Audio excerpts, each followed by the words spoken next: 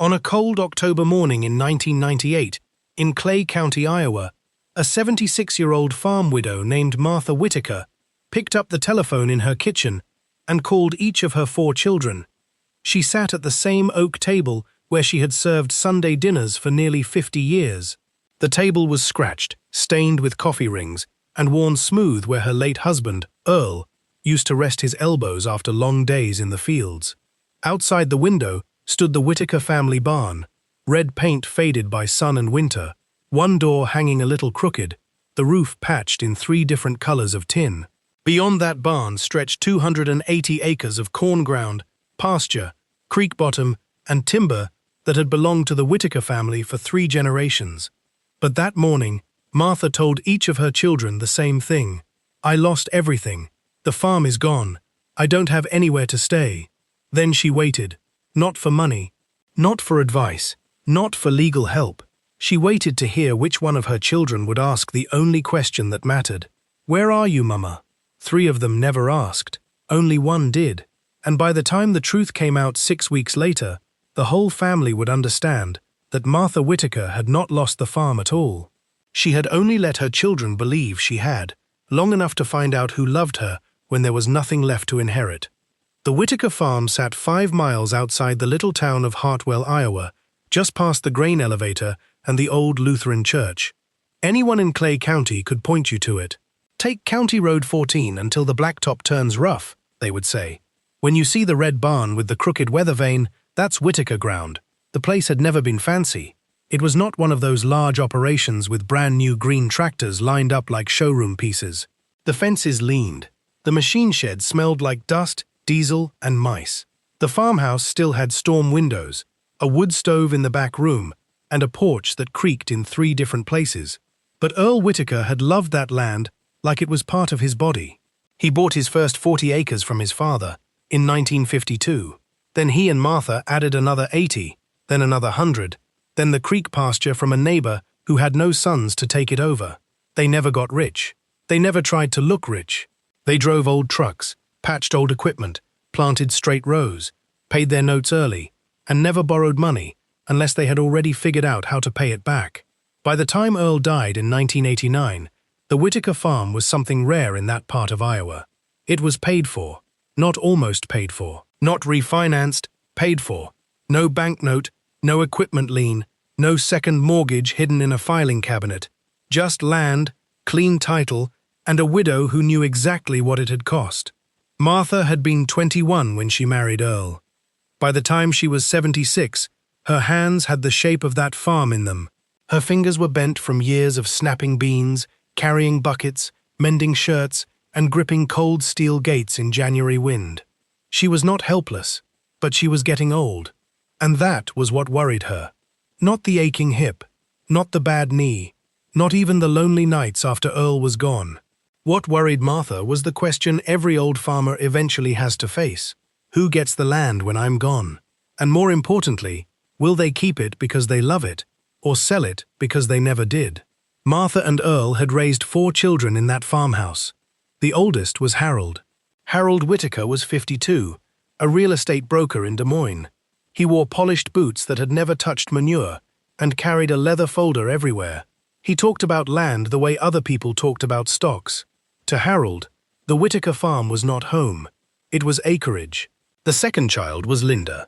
Linda Whitaker lived in Chicago and worked in hospital administration.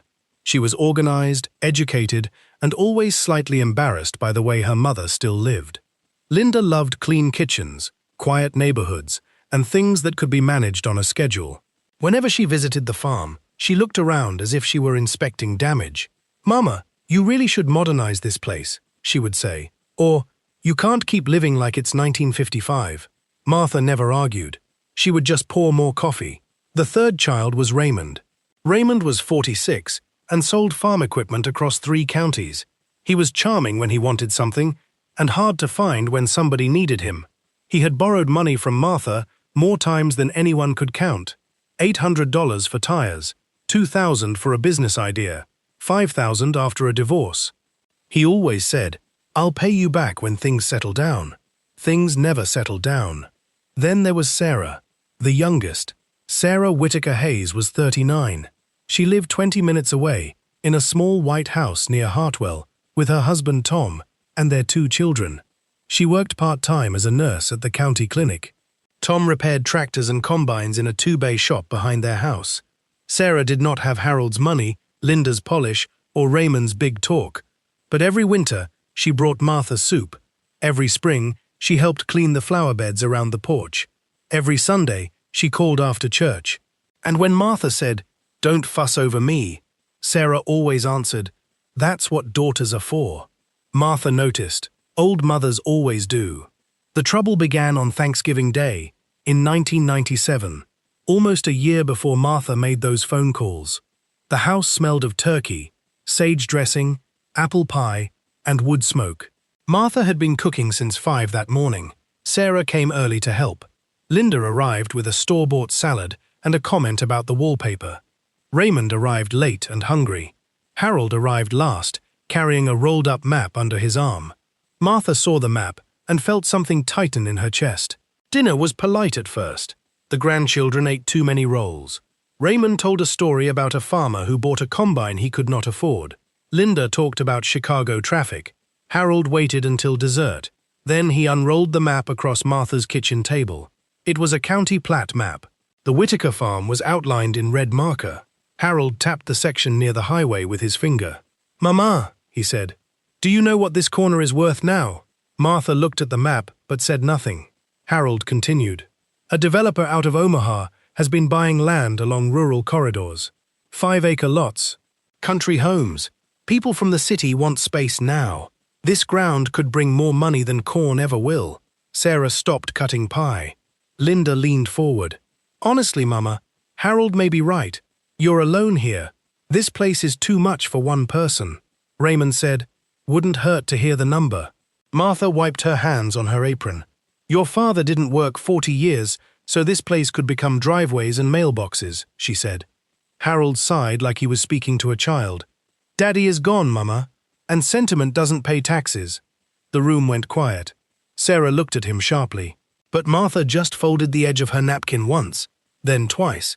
After dinner, while Sarah washed dishes and Martha packed leftovers, Harold, Linda, and Raymond stepped out onto the porch. They did not know the kitchen window was cracked open. Martha heard every word. Harold said, "She has no idea what she's sitting on." Linda answered, "I'm worried she'll wait too long and the place will fall apart." Raymond said, "I just hope she divides it before somebody else gets involved." Harold lowered his voice. "The farm is the only thing of real value left. If she keeps clinging to it, she's going to trap all of us." Martha stood at the sink with her hands in warm dishwater. For a moment, she did not move. Not because she was surprised they wanted the land. She had known that for years.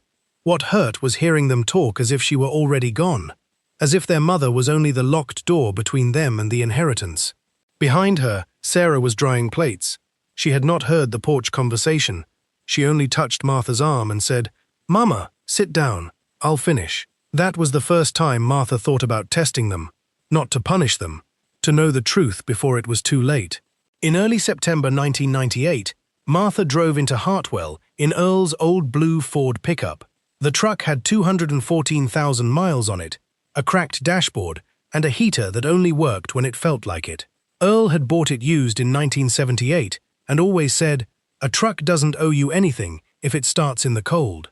Martha parked outside the office of Callahan and Briggs, attorneys at law.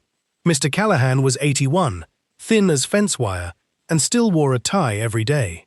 He had handled the deed transfer when Earl bought the creek pasture. He had drawn up Earl's will. He had known the Whitakers for 40 years. When Martha sat across from him, he knew this was not a social visit. She placed both hands on her purse. "Mr. Callahan," she said, "what happens if I leave the farm to all 4 children equally?" The old lawyer took off his glasses. "If you want the honest answer, Martha, I think they'll fight." She nodded. He continued. "Harold will want to sell. Linda will want it simplified. Raymond may try to borrow against his share. Sarah may try to keep peace until it breaks her." Martha looked out the window toward Main Street. "What if I don't want the farm sold? Then don't leave it in a way that invites a sale." She turned back to him. "I need to know which one of them loves me without the farm." Mr. Callahan did not answer right away. Martha said, "I'm not asking to do anything illegal. I don't want fake papers. I don't want lies that can hurt anyone. But I want to know what they do if they think there's nothing left." The lawyer leaned back. "There is a clean way," he said. "You can move the farm into a family trust. You would no longer personally own it in the simple way they expect. The trust would. You can name conditions. You can name a successor trustee. You can decide how the land is managed after you're gone." Martha listened carefully. "And if I tell them I no longer control the farm?" "That would be true in a legal sense, depending on how we structure it. And if people assume I lost it?" Mr. Callahan looked at her for a long time. "That is not the same as producing false documents. But Martha, once you start this, you may hear things you cannot unhear." Martha nodded. "I already have." By the end of that week, the Whitaker farm was placed into the Whitaker Family Trust. The land was safe. The title was clean. The bank was not taking anything. But Martha Whitaker was about to let her children believe otherwise. She did 3 things to make the test feel real. First, she moved out of the farmhouse. Not forever, just temporarily. She rented a small room behind the church from a widow named Elsie Garner, who knew just enough to keep quiet and not enough to spoil the test. Second, Martha sold the old blue Ford pickup. At least, that was what people thought. In truth, she signed it over to her neighbor, Roy Pritchard, for $1 and a handshake.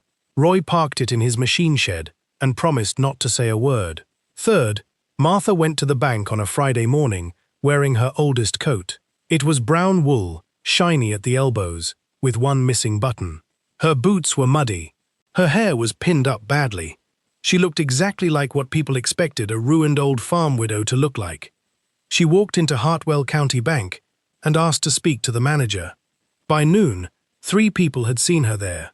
By 3 o'clock, someone at the feed store said, "Looks like Martha Whitaker's in trouble." By supper, the story had grown. By Sunday after church, half the county believed the bank had taken the Whitaker farm. Martha did not correct them. She only waited. On Monday morning, she sat in Elsie Garner's back room, picked up the phone, and called Harold. Harold answered on the 4th ring. "Mama, I was going to call you. I heard something strange about the farm." Martha looked at the wall in front of her. "It's true enough," she said softly. "I don't have the farmhouse anymore." There was a pause. "What does that mean?"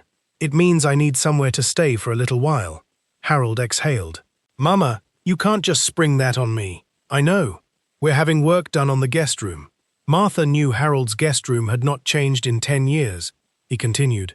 "And honestly, Des Moines might not be good for you. Too much traffic, too many stairs. You'd be better off somewhere closer to medical care." "I see. I can make some calls. There are senior apartments. Maybe assisted living." Martha closed her eyes. "I don't need much. Just a bed for a few weeks." "Mama, I'm trying to be practical." That word again. Practical. It was the word people used when they wanted to sound kind while choosing themselves. Harold lowered his voice. "What exactly happened to the land?" Martha did not answer. He asked again, sharper this time, "Is there anything left?" Martha said, "I'm tired, Harold." He softened his voice, but only a little. "I'll look into options." "Thank you," Martha said, but Harold had already failed the test. Not because he could not take her in. A person can have reasons. He failed because his first concern was the land, not his mother. Linda answered immediately. "Mama, I heard something awful. Please tell me it isn't true." Martha said, "I'm afraid I need help." "What kind of help?" "I need a place to stay." Linda went silent. Martha could hear office noise in the background. A copier, a door, someone laughing far away. "Mama, I live in Chicago," Linda said. "You know that." "I know.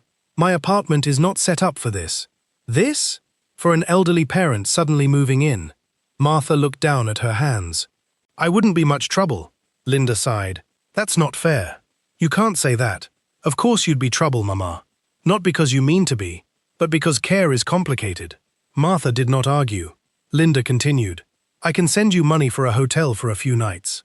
"I don't need a hotel." "Then what do you need?" Martha almost said, "I need my daughter." But she did not. Linda said, "Maybe this is a sign. Maybe it's time for a facility. A good one. Clean, safe, professional." Martha asked quietly, "Would you come down and help me choose?" Another pause. This week is impossible. Martha nodded to herself. Of course. Before hanging up, Linda asked, Mama, did you sign anything? Did Harold make you sign something? Because if the farm is gone, we need to understand what happened. There it was again. The farm. Martha thanked her and ended the call. Linda had failed too. Not because she lived far away, because distance had become her excuse for not loving up close. Raymond answered with noise behind him, probably from a dealership lot. Hey, Mama, make it quick. I'm between customers. Martha held the receiver with both hands. Raymond, I'm in trouble. What kind? I don't have the farmhouse anymore. I need somewhere to stay. Raymond laughed once, but not because it was funny. What do you mean you don't have the farmhouse? It's gone from my hands. The bank got it? Martha did not answer directly. Raymond cursed under his breath. What about the equipment? Raymond, what about Dad's tools? What about the old tractor? What about the pasture? I'm asking if I can stay with you for a while. He was quiet for a long moment. Then he said, Mama, I'm barely keeping my own head above water. Martha had heard that line many times. Raymond continued, I got payments. I got back taxes. I got my own problems. I understand. And you know my place is small. Raymond lived alone in a 3-bedroom house. Then he asked the question that told Martha everything. So, if the farm is gone, does that mean there's no inheritance? Martha did not speak. Raymond said, Mama? She whispered, Goodbye, Raymond. She hung up before he could explain. For the first time that morning, Martha cried. Not loudly, not dramatically, just 2 tears that slipped down a face, too tired to pretend it did not hurt. Then she wiped them away. There was one call left. Sarah answered breathlessly. Hi, Mama. I just got back from the clinic. Are you okay? Martha opened her mouth, but the words caught for a second. Then she said, Sarah, I lost the farm. There was no silence, no calculation, no question about deeds, no question about money. Sarah asked, Where are you? Martha pressed her fingers to her lips. I'm at the bus stop near Miller's Diner. Sarah's voice changed instantly. Stay there. Do not move. I'm coming. Sarah, I don't want to be a burden. Mama, stop. I'm getting my coat. I don't have money. I didn't ask. I don't know how long. Mama, listen to me. You are not sleeping at a bus stop while I have a roof. 22 minutes later, Sarah's old minivan pulled into the diner parking lot. The sky had turned grey. A cold rain had started to fall. Martha sat on a bench with one suitcase, wearing the brown coat everyone in town had seen at the bank. Sarah jumped out before the van had fully settled. She ran to her mother, wrapped her arms around her, and pulled the old woman close. For a moment, Martha let herself be held. Sarah took the suitcase. Come on, she said. Tom's making room. The kids are excited to see you. Martha looked at her daughter's face. You don't want to know what happened. Sarah opened the passenger door. I want to know if you've eaten. That was the answer. That was the whole test. Sarah's house was not big. It had 2 bedrooms, 1 bathroom, a kitchen with yellow cabinets, and a living room full of school books, laundry baskets, and Tom's tractor manuals. When Martha arrived, Sarah's children, Caleb and Annie, had already moved blankets into the living room. Caleb gave up his room without complaint, because Tom had promised to set up a cot beside him. Tom Hayes came in from the shop wiping grease off his hands. He was a quiet man, with broad shoulders and patient eyes.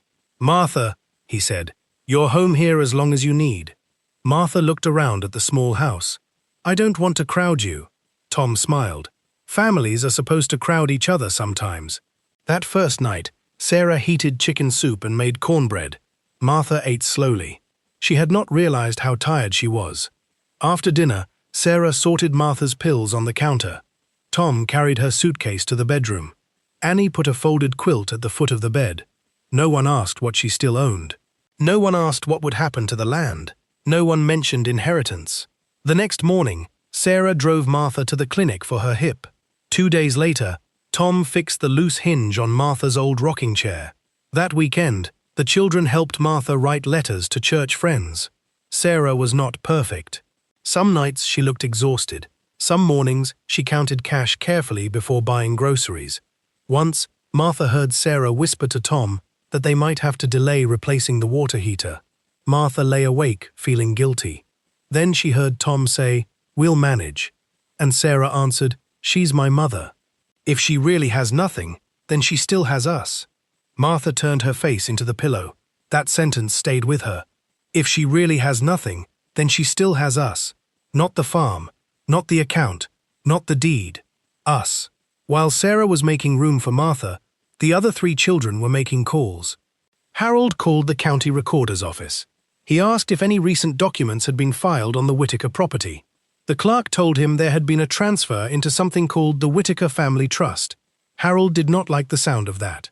Linda called Sarah. "Mama is with you?" "Yes," Sarah said. "For how long?" "As long as she needs." Linda lowered her voice. "Sarah, be careful. If Mama is confused, she might sign things." Sarah looked across the room at Martha, who was teaching Annie how to stitch a button. "She's not confused." "You don't know that," Sarah said. "I know she needed help." Linda did not answer. Raymond took the most direct approach.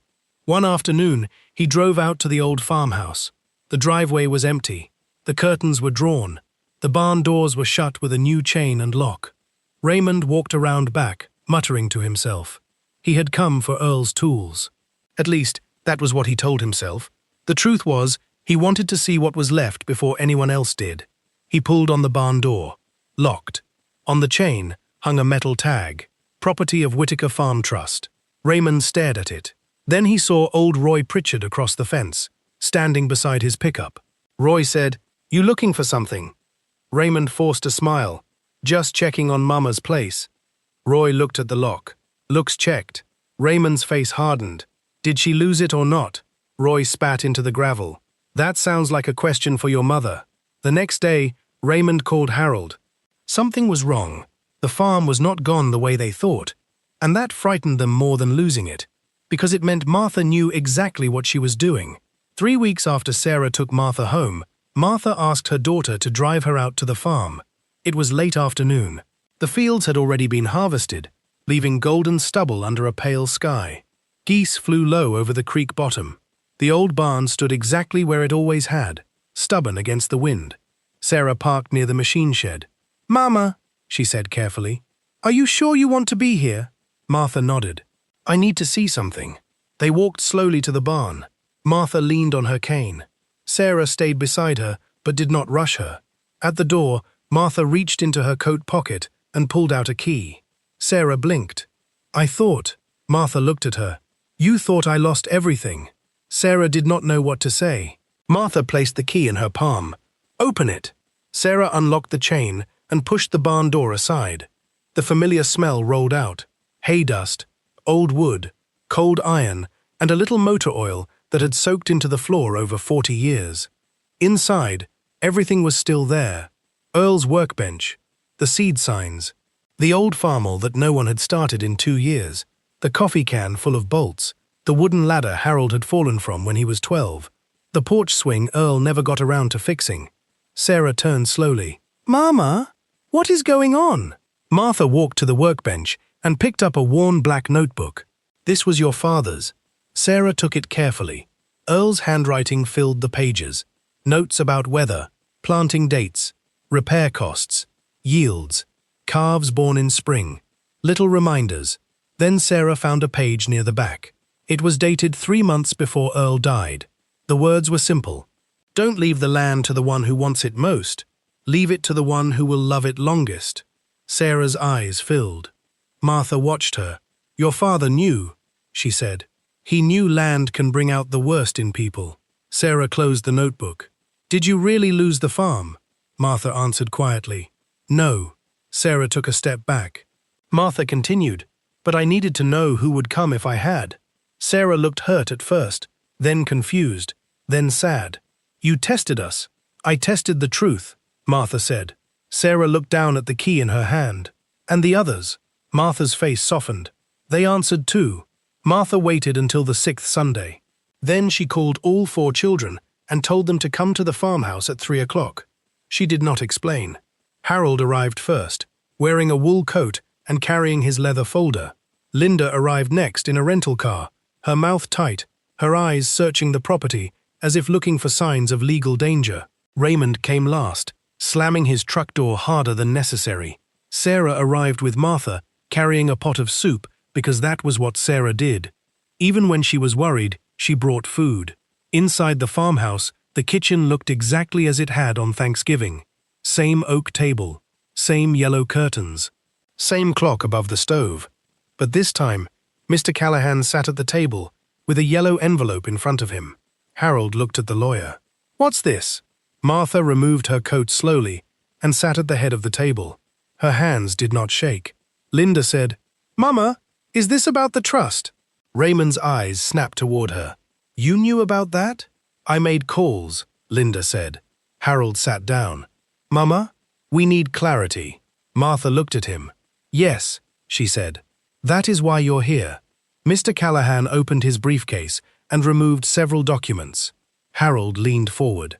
Sarah stayed standing behind Martha's chair until Martha reached up and touched her hand. "Sit, honey." Sarah sat beside her mother. Martha looked at all 4 children. 6 weeks ago, I told each of you I had lost everything. I told you I needed help.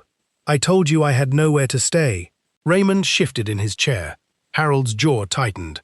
Linda looked down. Martha continued. "Harold, you asked what happened to the land."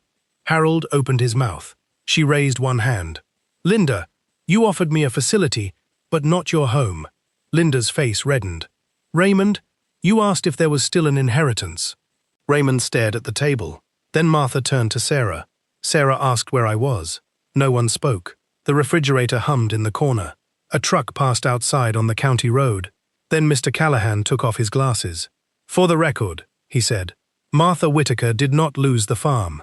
The Whitaker farm, all 280 acres, was legally transferred into the Whitaker Family Trust.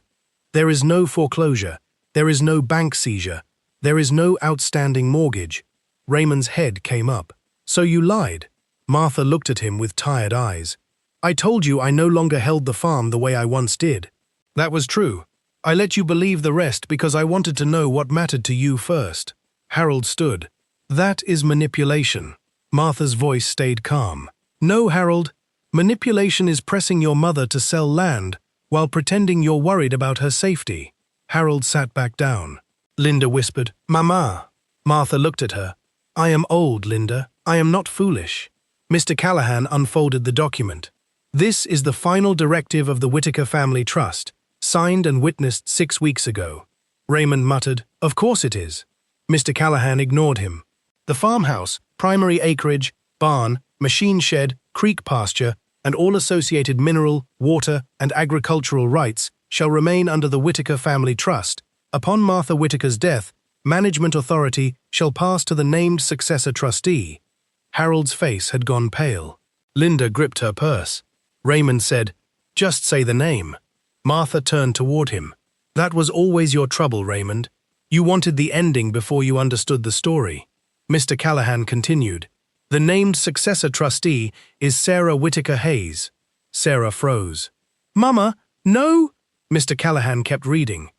"Sarah Whitaker Hayes shall have authority to live on, lease, maintain, and operate the Whitaker farm, under the conditions that the land not be sold for residential development for a period of 25 years, and that the farmhouse remain available for Martha Whitaker's care and residence for as long as she lives." Harold pushed back his chair. "That is absurd. Sarah can't manage 280 acres."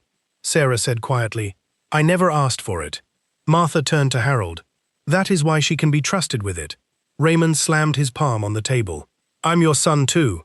Martha looked at him. "I know. That is why I called you." The sentence landed harder than anger would have. Linda started to cry. Not loudly, just enough to make the room uncomfortable. "I didn't know what to do," she said. Martha's voice softened. "You could have come." Linda wiped her face.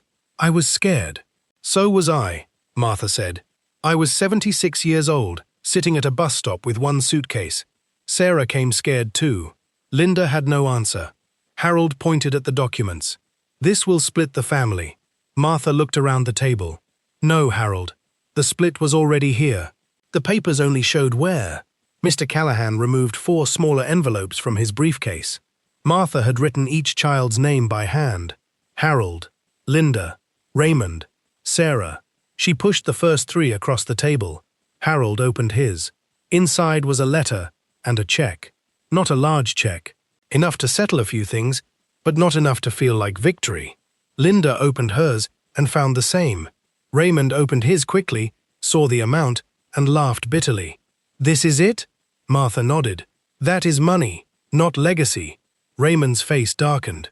Martha continued, "There is a difference." Harold unfolded his letter, but did not read it aloud. Linda did read hers. Her voice broke halfway through. "Linda, you always wanted me safe, but you wanted safety to be somewhere convenient. I do not hate you for that. I only hope one day you understand that old people do not become furniture to be moved out of the way. Love, Mama." Linda covered her mouth. Raymond shoved his letter into his coat without reading. Harold stared at his. Then Martha handed Sarah the last envelope. Sarah did not open it. "Mama, I don't want them to hate me." Martha touched her hand. "They may, but that is not something you caused." Sarah whispered, "I helped you because you're my mother." Martha smiled sadly. "That is exactly why your father would have chosen you too." Sarah opened the envelope. Inside was not a check. It was the barn key, and a page from Earl's notebook, carefully folded. The same sentence was circled in blue ink. "Leave it to the one who will love it longest." Sarah began to cry. This time, no one in the room mistook tears for weakness. The meeting did not end neatly. Real family wounds rarely do. Harold left first. He said he needed air but drove away without saying goodbye. Raymond followed, angry enough to throw gravel from his tires. Linda stayed on the porch for a while, staring at the fields. Eventually, she walked back into the kitchen and stood near Martha. "I'm sorry," she said. Martha looked at her daughter. "I believe you are." Linda wiped her eyes. "Is it too late?" Martha took a long breath. "For the farm, yes. For me, no." That was Martha's way. She did not confuse forgiveness with foolishness. She did not give the land to people who had shown they would sell it. But she did not stop being their mother. Over the next few months, Sarah and Tom moved into the farmhouse with Martha. They did not make big changes at first. Tom fixed the porch steps. Sarah cleaned out the upstairs rooms. Caleb and Annie helped repaint the chicken coop. Martha sat at the kitchen table every morning with coffee, watching life return to the house. The first spring, Sarah leased most of the crop ground to a neighbor who had farmed with Earl years before. She kept the pasture, the barn, and 5 acres near the house for a garden, chickens, and a few calves. Harold did not call for 6 months. Raymond called once to ask if Sarah would sell him Earl's tools. She said no. Linda came that summer. She brought no advice, no folders, no brochures, just a peach pie from a bakery in town. She sat with Martha on the porch for an hour. It was not enough to fix everything, but it was a beginning. In a place like Clay County, stories do not stay private. By spring, everyone had heard some version of it. At the feed store, men lowered their voices when Sarah walked in. At church, women squeezed Martha's hand a little longer. At the bank, the manager stopped using the phrase, "old widow," quite so easily. Roy Pritchard told the cleanest version. He would sit at the counter in Miller's Diner, stir cream into his coffee, and say, "Martha Whitaker never lost that farm. She just let her children think she did. Turns out, only one remembered she was worth something without it." People would shake their heads. Some said Martha had been too hard.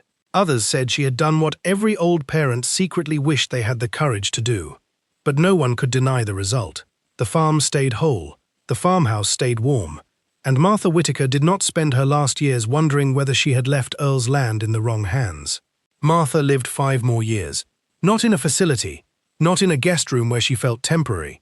She lived in her own farmhouse, with her daughter across the hall, her grandchildren running through the yard, and Tom's tools clinking in the barn on Saturday mornings. Her body slowed down, but her mind stayed sharp. She taught Annie how to can tomatoes. She taught Caleb how to read fence lines and weather signs. She told them about Earl planting corn with a 2-row planter, about the winter of 1963 when snow covered the mailbox, about the year they almost lost the farm and paid the bank with money Martha had saved in a flour tin. One evening, Caleb asked her, "Grandma, why didn't you just tell everybody you still had the farm?" Martha looked toward the barn. "Because people behave better when they think there's something to gain," she said. "I needed to see who would behave well when they thought there wasn't." Caleb thought about that. Was Aunt Sarah the only good one? Martha shook her head. No. People are more complicated than good and bad. But she was the only one who came when coming cost her something. That was the lesson Martha wanted remembered. Not that 3 children were evil. Not that 1 child was perfect. But that love which only appears around money is not love. It is waiting. After Martha passed away in the spring of 2003, Sarah found one final letter in the drawer of the oak kitchen table. It was addressed to all 4 children. They gathered in the farmhouse again. This time, there was no lawyer, no anger, no yellow envelope. Only Sarah, Harold, Linda, and Raymond, sitting where they had once sat as children. Sarah opened the letter and read it aloud. My children, if you are reading this, I have gone home to your father. Do not spend your lives angry over land. Land is dirt until someone loves it. Money is paper until someone uses it well. A house is wood until someone makes room at the table. I tested you because I was afraid, not afraid of poverty. Your father and I knew poverty more than once. I was afraid of leaving behind something that would turn my children against each other. Sarah received the farm because she came when she believed there was no farm. That is not a reward. That is stewardship. Harold, you were always good with numbers. I hope one day you count what cannot be sold. Linda, you wanted me safe. I hope one day you understand that love is not always neat or convenient. Raymond, you asked what was left. I hope one day you become the kind of man who asks who is left. Sarah, do not let the land make you proud. Let it make you faithful. Your father used to say, the farm never belonged to us. We only held it long enough to prove what kind of people we were. Now it is your turn. Love, Mama. When Sarah finished reading, no one spoke. Harold stared at the table. Linda cried quietly. Raymond got up and walked outside. For a moment, Sarah thought he was leaving, but he did not. He walked to the barn, stood by the door, and looked at the old lock. Then he came back inside and said the first honest thing he had said in years. I should have come. Sarah nodded. Yes, she said, you should have. No one softened the truth, but no one threw him away either. That was the Whitaker way when it was at its best. Hard truth. Open door. 20 years later, the Whitaker farm was still there. The highway development Harold once wanted had reached the next township, but it stopped 2 miles short of the creek pasture. The barn had been repainted. The porch had been rebuilt. The machine shed had a new roof, but the oak kitchen table remained exactly where it had always been. Sarah and Tom never became wealthy. They leased some acres, ran a few cattle, grew sweet corn for the church stand, and hosted Thanksgiving every year. Harold came sometimes. Linda came more often. Raymond came rarely at first, then more after his health scared him into humility. No one pretended the past had not happened, but over time, the farm did what old farms sometimes do. It gave people work to do until they learned how to stand beside each other again. One Thanksgiving, Sarah's granddaughter asked why there was an old brown coat hanging by the back door. The coat was worn at the elbows. One button was missing. The pockets were stretched. Sarah touched the sleeve and smiled. That was your great-grandmother's. Why do you keep it? Sarah looked out the window at the barn, the fields, and the long gravel lane where Martha had once returned, after pretending she had nowhere to go. Because that coat taught this family the difference between loving someone and waiting for what they own. The little girl did not fully understand. Someday she would. Outside, the wind moved through the corn stubble. The barn stood red against the evening sky, and on a wooden sign above the door, carved by Tom Hayes the year after Martha died, were the words the whole county came to know. Whitaker Farm kept by love, not money. Martha Whitaker never really lost everything. She never lost the land. She never lost the house. She never lost the farm Earl had built with her. What she lost was the illusion that all her children loved her the same way. And what she found was something more important than equal inheritance. She found the one child who would come back when there was nothing left to gain. That was why Sarah got the farm, not because she wanted it most, but because she loved Martha first. And in the end, that was the only test that mattered.